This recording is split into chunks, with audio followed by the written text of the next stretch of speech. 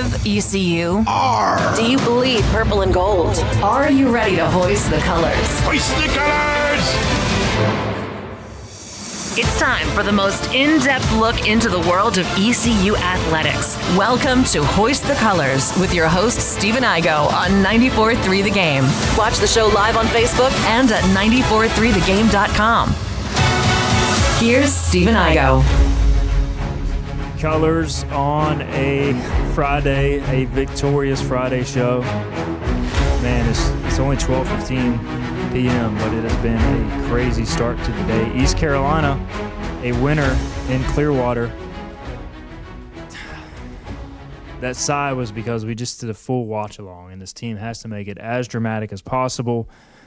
But they come out on top. Ethan Norby gets a generous strike three call to strand the tying run at third. ECU defeats Rice, and they play on, survive, and advance into Saturday's winners bracket semifinal. They'll get the winner of UTSA and Memphis at 10 a.m. So Pirates are there, and I'm still kind of collecting my thoughts in my breath. We've got Bobby Harward, who just rolled in. He got to see the watch-along unfold from, like, the side angle. So, but you also took in the end of the game with us, Bobby. So, first off, welcome back, our usual Friday guest, and welcome in after a W by the Pirates. Yeah, a big-time W, a much-needed one. I think getting that kind of outing from Ryan Towers was huge. That was a big time. And then we had a Jack Herring revenge tour, a little payback to the American Conference for leaving him off some conference team lists there.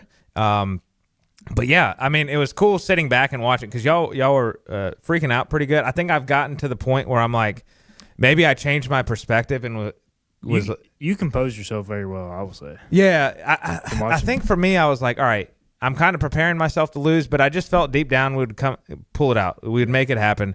It kind of started, or the game kind of ended a little bit like it started, just not in clean baseball fashion, but glad they rebounded. Again, huge day by Jack Herring.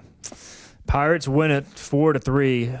Obviously, ECU goes for it. I mean, they bring Ethan Norby out of the bullpen. We got to get into that here in a minute. Philip Pilkington, he was part of the watch-along, also hanging out. We got intern Mary, and is that intern James back there as well? Yeah, Phillip? James Giglio. He's hanging out. He's staying around to do the Patrick Johnson show, so catch him at 5 o'clock with PJ and Dom.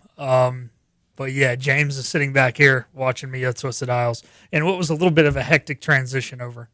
Yeah, there was a lot going on. By the way, I do want to shout out one more time, Snipes Insurance. Lewis Gale provided us with some breakfast this morning for the watch-along, and you can email Lewis at Lewis, Lewis, at snipesinsurance.com. Their motto, serve, grow, provide, and recently listed as a best practices agency, only 16 of those in the state and just over 300 nationally. So Snipes Insurance, they can cover all your insurance needs. Appreciate them and their support of the program. Appreciate Lewis's help, and hopefully he's having a good time on the golf course. He was texting me during the game about some of the things going on as well. So, speaking of which, what has Bob brought to us by today? I need to get the logo Bobby, pulled up. Who was your sponsor Let's today? go Sup Dogs today. Right. We're going to go Sup Dogs again. I have a feeling if there is another watch-along, Brett normally helps out in some way, shape, or form. And, I think with it being kind of tied in with this conference tournament and ECU athletics, I think let's bring on Brett and Sup Dogs. Sup Dogs, check them out downtown Greenville. Also support Crush Vodka. They do a phenomenal job supporting ECU athletics. So Sup Dogs bringing us Bobby Harward's appearance today. All right, so we are starting a little later than normal. Our plan to make up for some of the lost time is just go one break mid-show, and then we'll go up to just shy of 1 p.m. So be around a normal show time, a little less due to the baseball game and Coach O and Dylan Johnson on the call there. But lots of breakdowns. So we'll start just with the game. We'll look at the ramifications of tomorrow, the conference, the tournament, the field of 64, all that after our first break. But let's just kind of dive into this one. And let's just start with the fact that this game could not have begun much worse for ECU. I thought Ryan Towers was clearly dialed in early. And was it you that texted Bad News Pirates? Yeah, that was. Yeah. I had a bunch of texts when all that happened, so I apologize if I didn't respond. But the first inning, first batter of the game, Bobby, Braden Burst error, kind of a freak deal. Just has trouble getting it out of his glove, but still you got to charge him with an error because you don't make the play on what should be an out. They get 2 outs, but then the pop up is into left field, shallow left field. 4 Pirates converge, and I guess Parham called it off, the shortstop. Either way, he tries to make the catch, doesn't make the catch, and ball you just see it trickling out. And so runner comes around from first to score. Luckily, I do want to credit Ryan Towers. None of these errors fazed him. He just kept on going, Bobby. But, man, the defense left a lot to be desired, especially early. I was so my son had a field trip this morning at Simply Natural Creamery out in Aden. So I was listening on the radio. And that is also when I texted you at a stoplight. I was stopped at a stoplight when I sent the text message just for us texting and driving people out there. And, Dylan's call literally was like they ran into each other and then the ball fell. And I'm like. That's exactly what happened. That is the most elementary thing. And I guess, and I was fully prepared to come on and just rant about our defensive struggles this year if we go on a loss because, like you said, Towers was zoned in from the get-go. And I was like, we're going to waste a great outing by him, exactly what we need to be able to advance in this and win this thing from a pitching perspective. And this is day one stuff. Like this is, that's what's been so frustrating about this team is that, to me at least, more so the defensive mishaps and errors than the approach at the plate. Hitting in baseball is one of the hardest things to do. But from a coaching perspective, being able to coach these simple things, these elementary fundamental things in baseball in the field is probably, I could be incorrect, but in my opinion, one of the easiest things to coach. And it should be, I'd be curious to hear if Parham was loud when he called it off. But, I mean, I was always told if the shortstop calls it off in the infield, it's his ball. If an outfielder is coming in and you're going backwards as an infielder and the outfielder calls it off, you're out. It's the outfielder's ball. I guess, looking at it from an optimistic perspective, at least it didn't just drop in the middle of all 4 of them and they were just stuck looking at each other. That probably would have been worse, but still lucky that these mistakes didn't come back to bite them, and glad they turned it into gear and, again, pulled out a victory.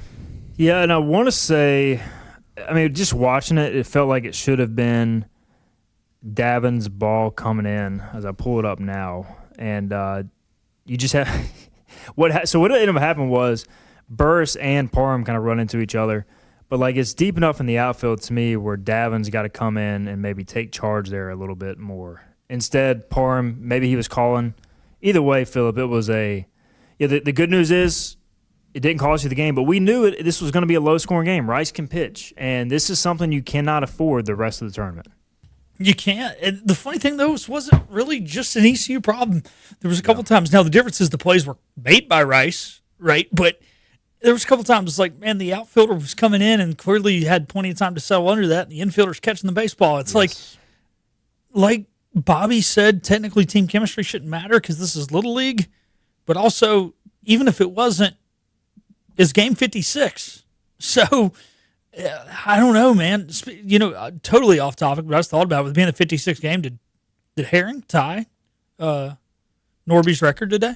So he missed a game. He was 54 coming in. Okay. So because he missed a game due to shoulder and they lost a game, so this would make it 55. Okay, it's 55 for him. That's right. Yep. Okay, but he still is on the streak. He got on base every time this past weekend. Okay. Yep, and he went 3 for 4 in this one's 55 straight games reaching base for Jack Herring. But hey, not good enough for first team all conference.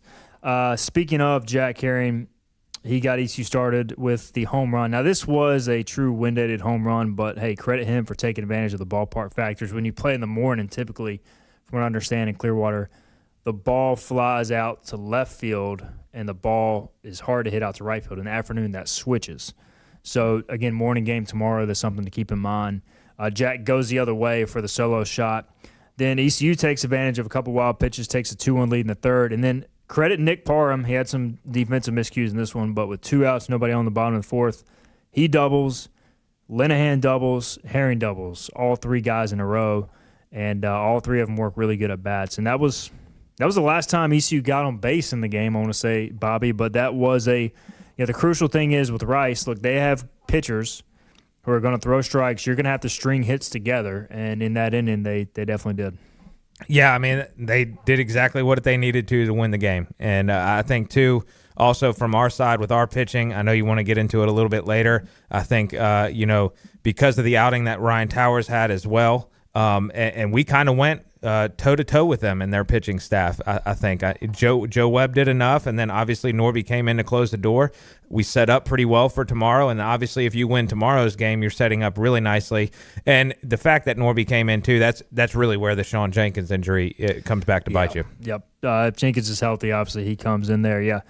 I thought Towers, guys, and I said going in he was due for a down start. But he pitched really well once again. 5 2/3 innings, 4 hits, 2 runs, 1 earned, 5 Ks, 1 walk, and 94 pitches. I mean, I just thought look, Norby's been awesome, but Towers, his consistency, Bobby, has been pretty incredible. And we talked about it on prior shows, but it's just kind of saved this pitching staff. Like for him to give you another more than good enough start is incredible. Oh, it's huge, and especially in this setting, like knowing what is expected of him coming in, because this isn't a regular season matchup. This is where this ball club is fighting for their postseason hopes, their regional aspirations of being able to make it and continue that streak that ECU has been fortunate enough to have to make consecutive regionals. And, going in, it has to be in his head like, hey, if I don't perform up to par and we get behind the 8 ball and we struggle this game, like, we're in bad shape for the rest of our postseason hopes and the rest of this season.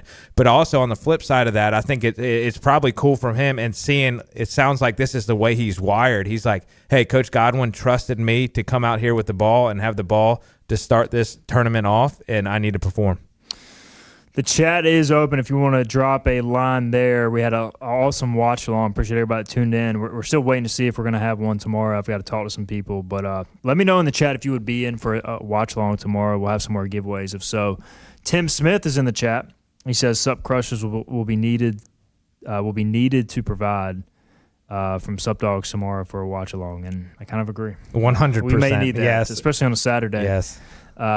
And Will Landis says, great game. We got a couple comments on the RPI situation we'll get into in a minute. So if you were watching our watch-along, you would have seen all of our faces and reactions to Ethan Norby emerging from the bullpen. They didn't show him warming up at all in the broadcast, at least that I saw. And so when they pulled Joe Webb, we were all thinking, do you go to Marley here? Do you go to Rose? And out steps or Hoagland, and out steps Ethan Norby.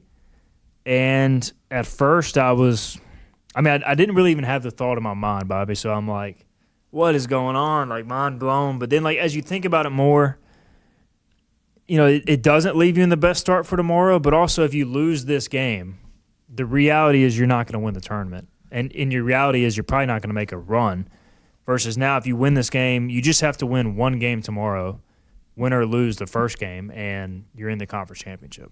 Yeah, I think this is really where, to me, in my eyes, Cliff Godwin stepped up and made a crucial decision, because it could have been we could play what if land or be realistic about who this ball club is and what they are. And he was thankfully realistic in the sense that, hey, if Norby doesn't go out there, we don't get this done, there's no chance for us from what we have from a pitching perspective. And a lot of that is, obviously, we've touched on it numerous times, all the injuries that we've had. But so I was kind of shocked, but like you, as I processed it more, thought about it more, and then ultimately, hindsight 2020, looking at that final pitch count number, he's toast for tomorrow, I would think, just from looking. Something. Yeah, but he should be able to at least open on Sunday for the championship game if they can make it there. Where I have a question and your thoughts, and now health comes into play with this and his draft status and all that kind of stuff, or draft aspirations.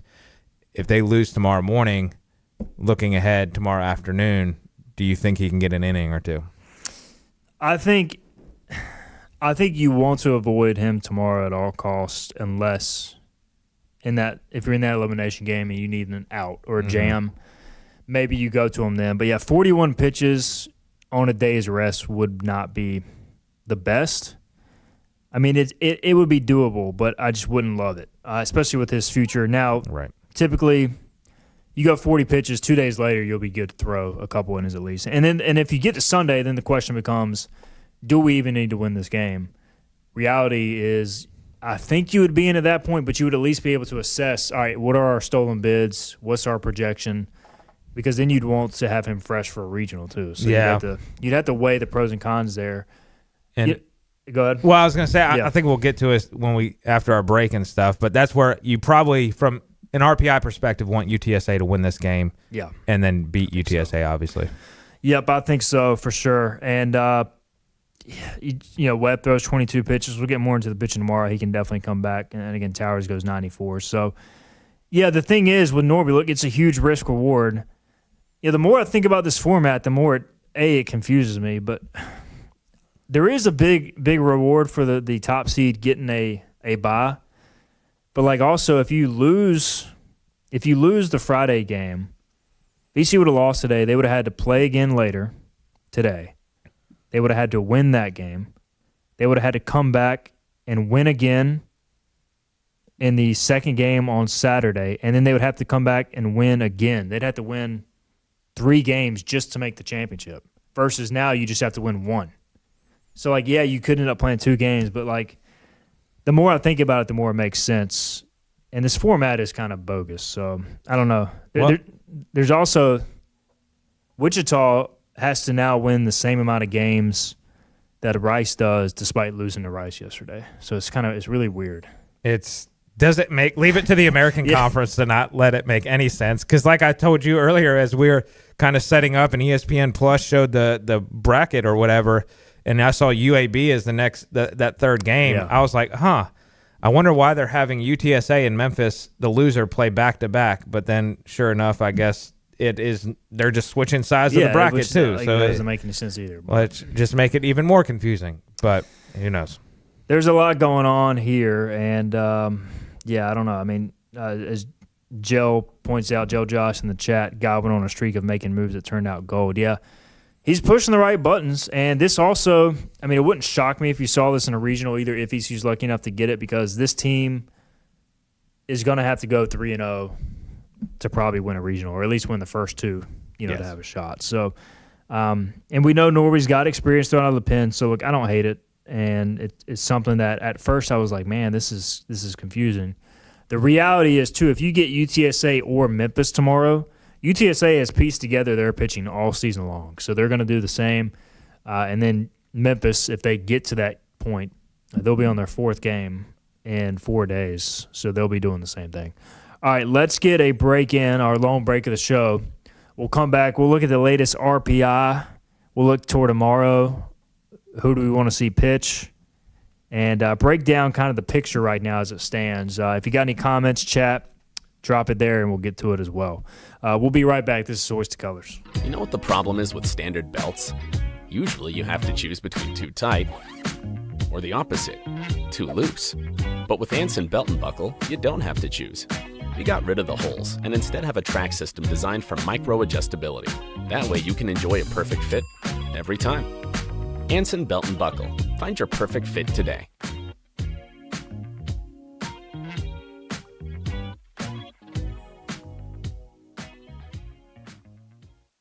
Healthwise Pharmacy rounds the bases with all of your infusion, retail, compounding, and medical equipment needs. Locally owned and operated by pharmacist Marcy Parker, Healthwise has grown to be your most trusted provider for infusion services. Currently providing in-home or on-site infusions in North Carolina, South Carolina, and Virginia.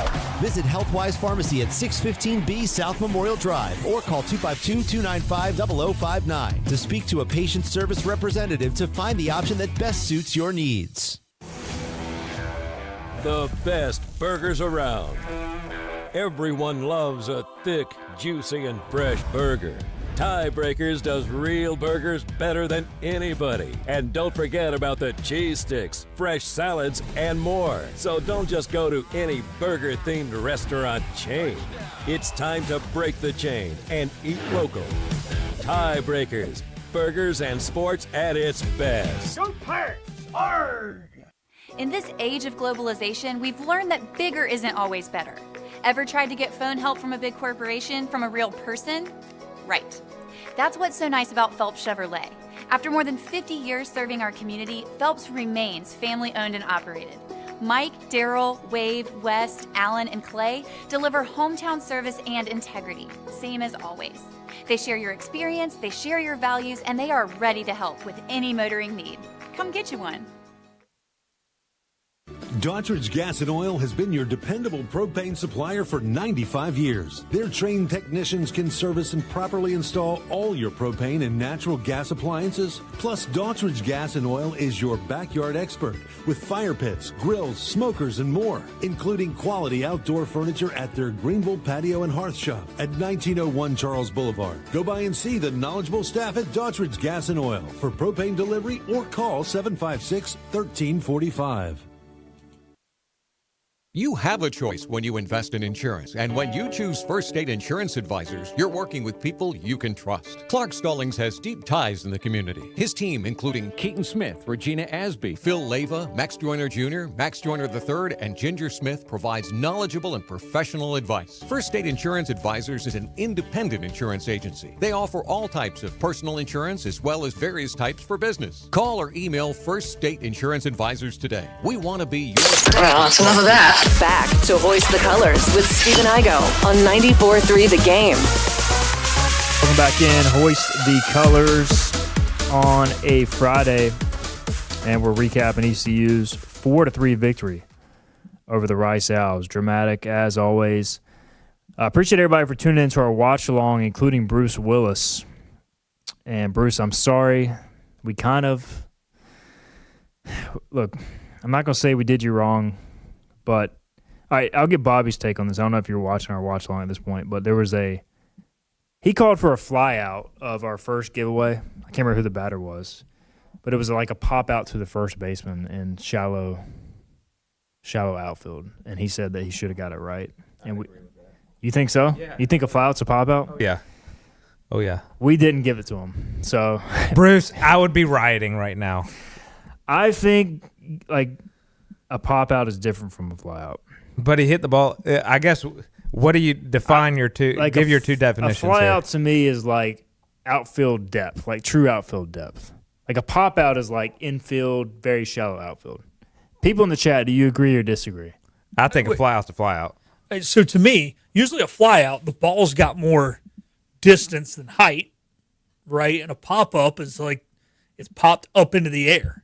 And now we're not going to split hairs, but like on the exact, how high did it go? But I mean, anything that's just high, lazy, easily played by an infielder, that's a pop-up. You got under it. A fly-out, usually you hit the ball pretty well. It's pretty barreled up. You're just a little under it. Like there's a different, you could tell it off the bat, like when you're swinging. The difference, like, you're like, crap, I got under that one. Or, oh, okay, I just didn't hit it enough to get it out of here. I mean, we're arguing semantics here, but Mike Ward does say Igo's right. So Mike Ward, no, he's just sucking up to you. Don't so stroke he can the get ego, like Mike. I mean, look, it really doesn't matter unless you're Bruce Willis. I should have rewarded Buck Wilds with loyalty. He is one of our favorite posters on HTC, but. A fly out to the outfield, says Kenny. Tyler Sparrow says, I think Igo got it right. So, look. Hey, Bruce Willis, go ahead, find a video breakdown of you on YouTube and post it. It does not one of your conspiracy theory ones. Breaking down a fly out and a pop-up. Post it in a thread for us, please. I'd pay to see that. Bruce says, I'm just happy that I'm allowed to hang out with these cool dudes. So, I think we're going to go watch along tomorrow. Now, Philip is out of town. He's going to go to the NASCAR race this weekend. So right now it's just me, but Bobby's a maybe. James Giglio's a maybe. Lane said he's probably in as well. So I think we can scrounge together 2 or 3 people, and I'll pick up some food for somewhere. And crushes. Yeah, we'll see if we can get a special delivery. Tim Smith says if it makes it to the outfield, it is a fly out. So 15 to 20 feet in the outfield grass. But if it's called by the first baseman in the shallow outfield, I don't think it's a fly. When the play we were debating, I mean, it was like we were like 2 steps into the grass. Yeah, he was like just out of the Yeah, like by college baseball standards, where you can still shift and put somebody in the grass, like that was just a normal place for an infielder to stand. Like you would call it an infield ground out if they caught that in the same spot and got thrown out at first. And if it was infield fly rule, they would have called it, and usually that's designated for a pop out, not a fly out. True, but the infield fly rule is very subjective. The umpire could technically call an infield fly on the warning track if he deems that you would have been able to make a double play by dropping it. And technically, I guess it would be an infield pop rule if everything's a pop out versus a fly out. But we're getting all right. Anyways, back on track here. It's a hell of a conversation. I am going to see what they called it. All right, so here it is. I think it was. Let's see. I think it gave it to Parisi. Maybe you got some. Yep. According to Google. AI. Because AI is always right. It's always right, never incorrect. It is the future. A pop-out or pop-up occurs when a batter hits the ball very high into the air but with very little forward distance. It remains in the shallow infield area and is caught by an infielder, pitcher, or catcher. A fly-out occurs when a batter drives the ball deeper into the field with an arching trajectory. It carries all the way past the infield dirt and is caught by an outfielder. Oh, it's caught by an outfielder. I didn't read that all the way through. So it sounds like AI is on my side as well. But it's not always right, as we saw. That is true. Also, somebody did ask what the official – I promise we'll move on after this. What did the official score say? So this was Braden Burris, bottom of the first inning. Let it be known that Grady Linehan flew out to center field to start the game. Braden Burris popped up to the first baseman. Okay. All right. I will stand down. I was incorrect. I'm sorry, Bruce. I fought for you. There we go. All right, we're done with this, I promise. I just had to kill some time. Addison said if the ball's in the air, it's a fly out. Stop with this AI.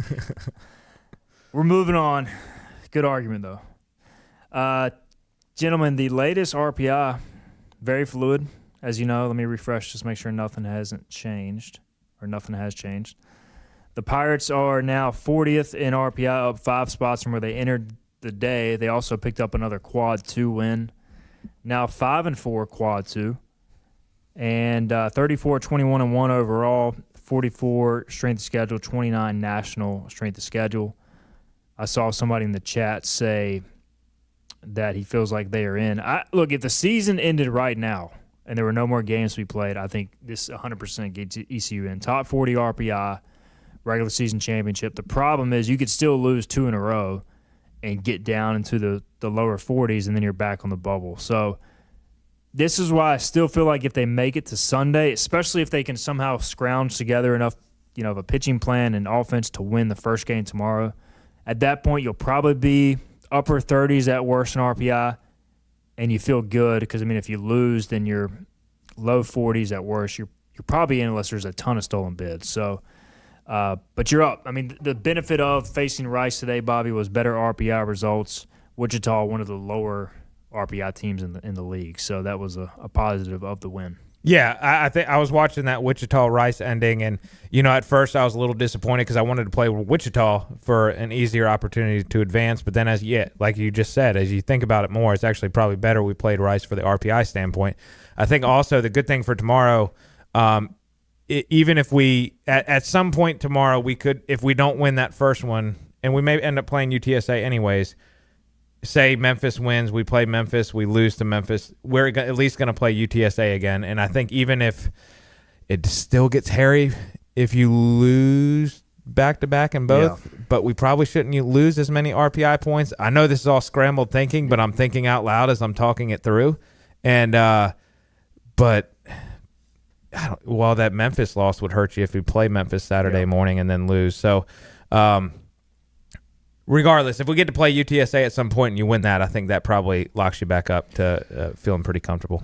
UTSA entering today 53 in RPI, and Memphis, which has been on a bit of a tear lately, they are 104, which isn't great but not terrible too. On a neutral field, they at least will give you some RPI points, but won't help you if you lose, obviously. So, what do you think, guys? Who do you pull for today, UTSA or Memphis? I'd rather play UTSA. I'm going path of least resistance. Sorry, I can't talk. Get me into the championship game anyway. I can get there. Because then at least the worst, if you play Memphis and they don't stink. They've been playing good baseball. But if you can go out there and handle Memphis, who will have more of a depleted pitching staff, you get to the championship game, at least regardless, you're at most losing one game on the weekend, and it just takes the total possibility of losing 2 out. That's true. That's a good point, Philip. I think I'm with Philip, but I felt the same way about Wichita. I wanted Wichita because they were tax pitching. Memphis would be tax pitching if they win this game somehow. But I also wanted Rice because I wanted ECU to get some revenge. Now, I wanted ECU to beat Rice a little bit more convincingly. I'd also like ECU to get some revenge on UTSA. That blown game in Game 3, I mean, that was a game ECU should have won. They kind of gave that one away. Really, that series, ECU outplayed UTSA and kind of one bad inning from Ryan Towers, a yes hitter, and one bad ninth inning from Joe Webb, and that was the series. So, I don't feel great about either one with Norby not being able to start. But at least Payne did pitch well last week, and you can at least piece it together. We have Lane Smith. He says he's in for the watch-along. So, Lane, I'll get with you about the details for tomorrow. We'll plan on doing that. If for some reason we end up not doing it, I'll tweet it out. But plan on a watch-along tomorrow, 10 a.m.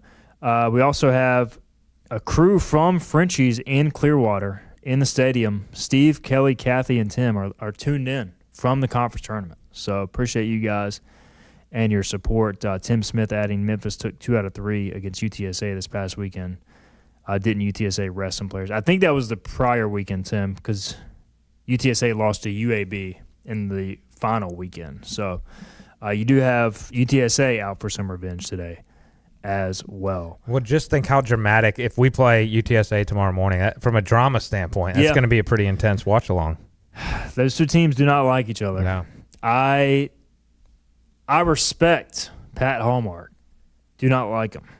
I think his antics are a little much, but hey, it is what it is. If nothing else, there will be some juice if it is UTSA ECU. Oh, no doubt. And it must be something in the water down in San Antonio between Jeff Traylor and this baseball coach here. So, man.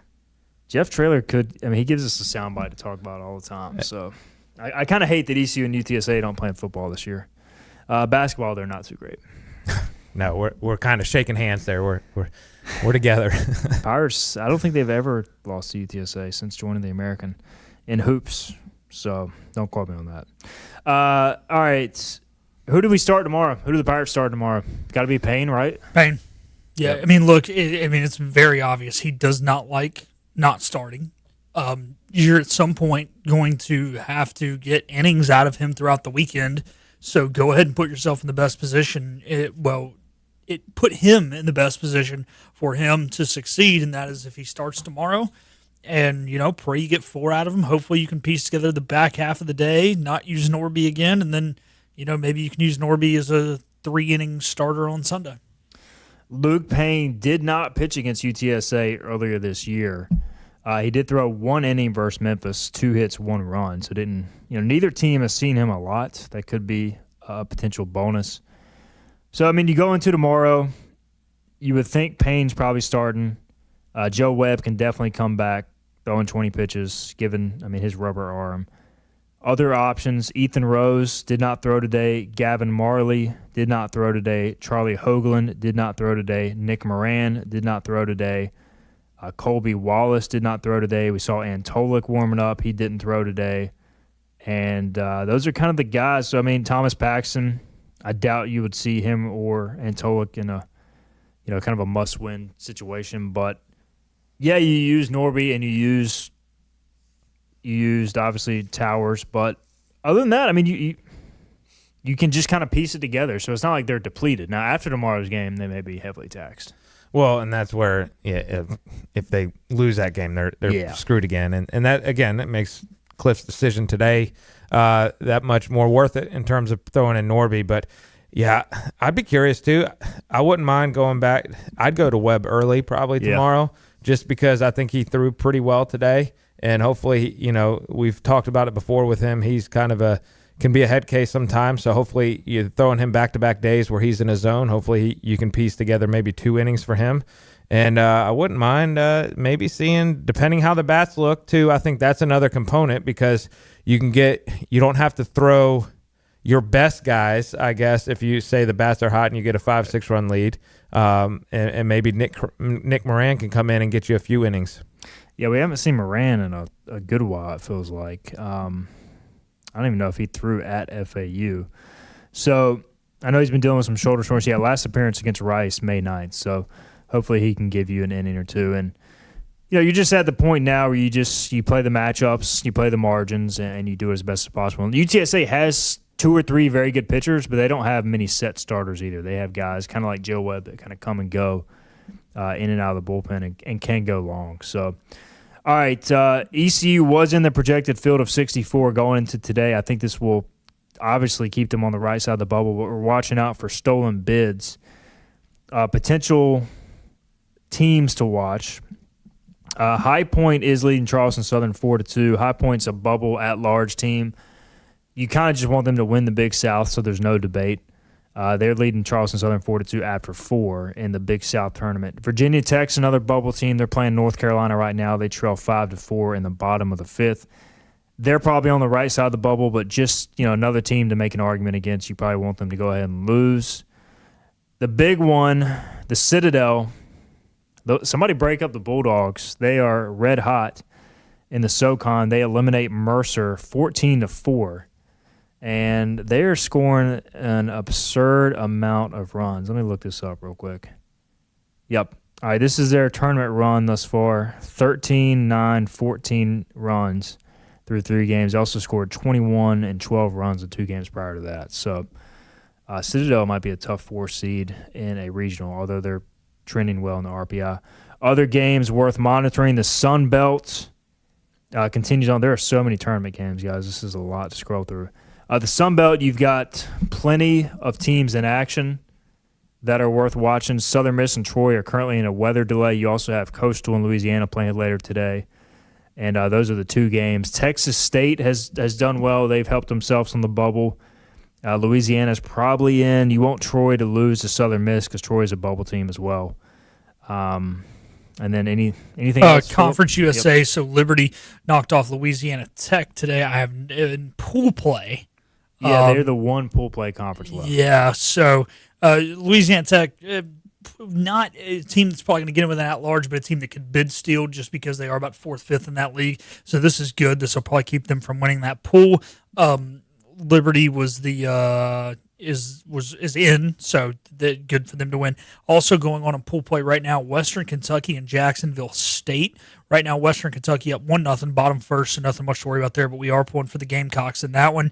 And then another pool play game going on later this afternoon. It's scheduled for 5 o'clock. You never know with all this weather and whatnot. But that is Missouri State and Dallas Baptist. Looks like Missouri State pretty well probably in, so we're going to continue to pull for them because Dallas Baptist kind of that same spot as Louisiana Tech. They're about 70, 75 in RPI. They definitely can go on a run, can still a bid, but they would have to win the conference tournament. It is kind of crazy. Conference USA pretty much locked into a 3-bid league despite the fact they are behind the American in RPI.